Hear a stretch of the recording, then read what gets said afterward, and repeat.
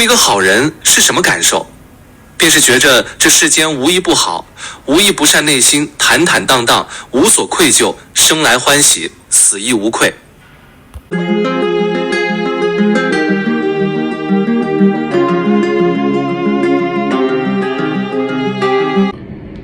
My fellow Singaporeans, very good morning to all of you. I have just finished campaigning in Potong Pasir SMC this morning on the 8th day of the campaign. Tomorrow will be the final day before cooling off day. Now, during this campaign, so many people have been interested to find out more about me. And it's quite amazing because, I have been in politics now for 10 years. I made my political debut in 2015. But many people tell me that they still do not know really my background. And I thought, well, I'm going to take this opportunity today to tell you who I am and how I have arrived at where I am today.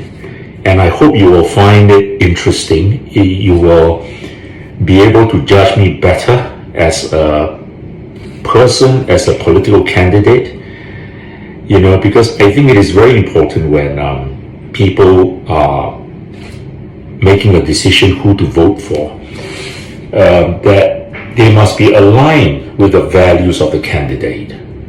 All right? So let me begin. I was born into a middle-class family. My parents were both Nanta graduates. They were Chinese educated. My father had grown up in Penang, he had grown up in Kedah, in Alostar, Malaysia. He then went to Penang to study in a very famous school called Chong Ning School, which he was very proud to be associated with throughout his life. And he always went back every year for his school reunion.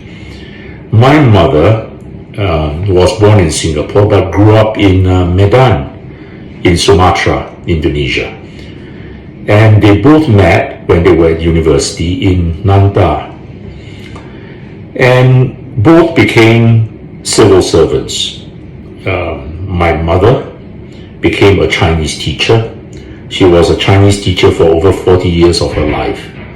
And she was the only Chinese teacher she was the Chinese tutor I had. My father joined the civil service and was, rotated through various ministries like the Ministry of Culture, even in those days, primary production, And in the late 60s, my father was sent by the Singapore government to study Russian in Moscow, at Moscow University. And after he finished his studies there, he stayed on to become the first secretary in the Singapore embassy in Moscow. So he joined the Foreign Service.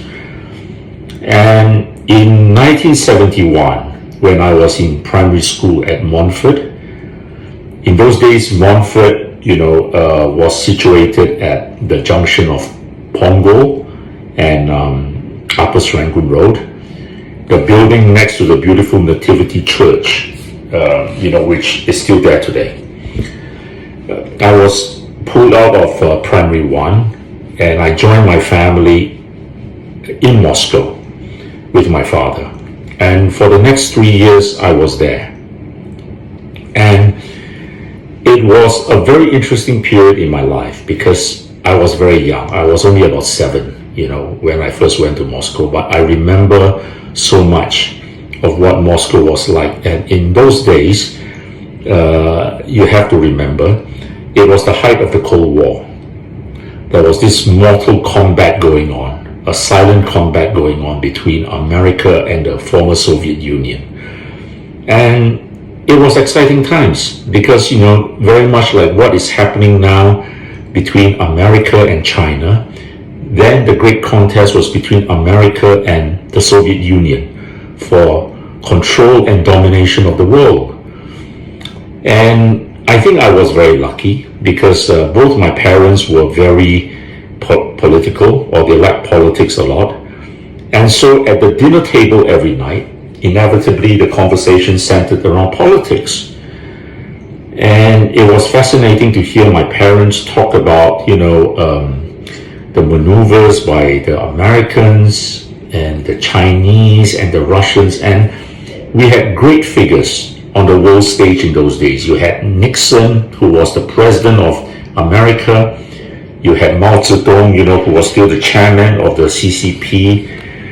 And you had a formidable Russian leader by the name of Brezhnev. Yeah. And so I think my initiation into politics took place very early on in my life. Now fast forward, I came back in 1974 to Singapore. I went back to Montfort, finished my primary school. I finished secondary school in Montfort as well. A noteworthy event was in secondary 1 and secondary 2. I won my school's oratorical contest. And that was my first experience of public speaking. People say I'm a good speaker, but I always trace it back to those roots, my Sec 1 and Sec 2 days. And after I finished secondary school, I went on to do my A-levels at Hwa Chong Junior College. And after A-levels, of course, I went into NS for 2.5 years. I was an officer. I was an artillery officer. Yeah. And after my NS, I went over to England for my studies, and I studied law. First at the University of Reading, where I obtained my Bachelor of Laws, and then my Master of Laws, which I did at Cambridge University. And a very memorable event for me, was me staying in the same house with the great Stephen Hawking, the great scientist. And I was up on the 3rd floor with many other students. He had the entire 1st floor to himself. And I remember that we could never make any noise after 9 o'clock, because otherwise his nurse, who was also his wife in those days, would come knocking on our door and asking us to quieten down. So that was memorable. Now, after my studies in England, my mother really wanted me back in Singapore. So, as the only son, I have 2 other siblings, 2 younger sisters. I came back and I joined the firm of Drew & Napier, one of Singapore's most distinguished law firms and one of Singapore's oldest law firms. And I pupilled under a very famous lawyer by the name of Stephen Chong, who is today a Court of Appeal judge, a very distinguished judge, and who was previously the Attorney General of Singapore as well. And Stephen was a great mentor, was a great pupil master to me. He was the head of the Admiralty and Shipping Department of Drew & Napier. I was his second pupil, I recall. And so I started off by doing shipping law. And really for the first 17 years of my life, of my professional career as a lawyer, I did only shipping and commercial law, nothing else. I became a junior partner in Drew & Napier, but in 1998, together with Stephen and the rest of the shipping department of Drew & Napier, we moved to another firm called Raja & Tan, which many of you may know today is the largest law firm in Singapore. And there we developed the shipping practice of Raja & Tan. We were actually the largest shipping practice in Asia.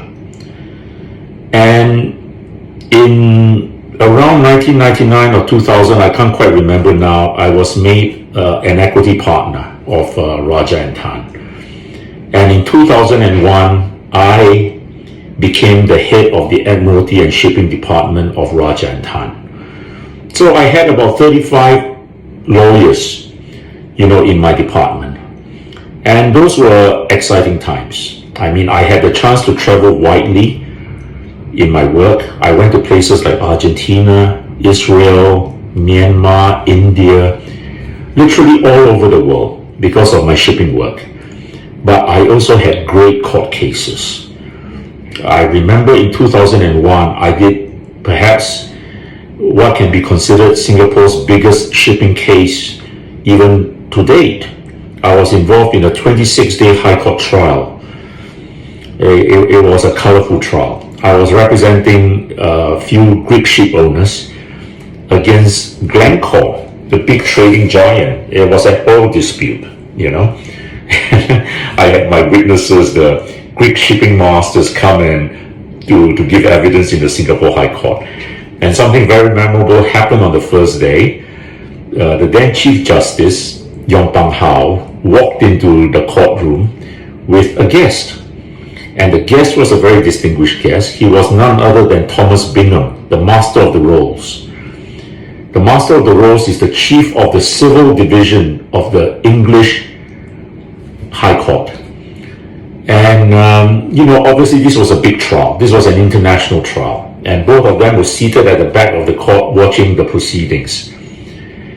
And so I finished that 26-day trial, which took a lot out of me. And barely a month later, I was involved in another huge 26-day trial in the High Court. So that was a trying period, and I lost a lot of weight.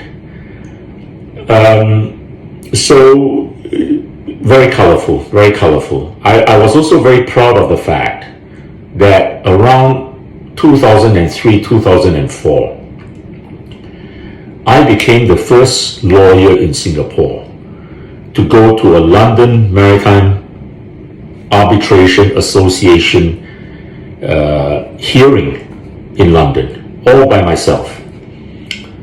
I represented a local ship owner whose ship had become a total constructive loss after it caught fire at an Iranian port, Bandar Imam Khomeini. And my clients had sued the charterers, Samsung of Korea, for nominating an unsafe port. They were supposed to go to that port to load a very flammable cargo called xylene, and then something went wrong. The whole ship went up in flames, and it was a miracle that the crew escaped. So I ran up against a QC, and we won a huge award. It was, many millions of dollars. So I'm very proud of that fact because I was like a trailblazer. Before that, Singapore law firms had inevitably engaged English law firms to be the final representative in London arbitrations. But there is no rule to say that a foreign law firm cannot go to a London arbitration or any international arbitration on their own. So I decided to take that step. And after what I did, I am glad to say that many Singapore law firms today go to international and London arbitrations on their own. Yes, so I practiced in Raja and Tan until 2007. When I do not know what happened, the bug bit me. I quit the law. I went off to Indonesia to do mining. You may think, that's crazy, right? I mean, I was by then already a very senior lawyer, but I went off to Indonesia. I had an iron ore mine in Sulawesi, and I started from scratch because all I had was a concession. I had to raise funds. I had to build my own port. I hired the entire village to be my workers to do the mining, about 126 of them. But those were tough years. The 8 years I spent there in Sulawesi were tough years. It was a 24/7 operation, and I had to deal with a lot of local issues. What the Indonesians would call the masyarakat. Yeah, but I learned a lot there, and which is why today I am very sympathetic to small businesses, to SMEs, because I know how difficult it is to operate when you are a small business and you do not actually have ready access to capital like the GLCs and others. Every step of the way is a struggle to raise funds, and then you worry the most when it comes to the end of the month and there's payroll to meet, there's rental to meet, and these are things which I think every politician should be attuned to, should be aware of. Yes, So I was in the mining business for about 8 years. And the next stage of my story really is the beginning of my political story. And I'm going to do that in another video immediately after this. Thank you.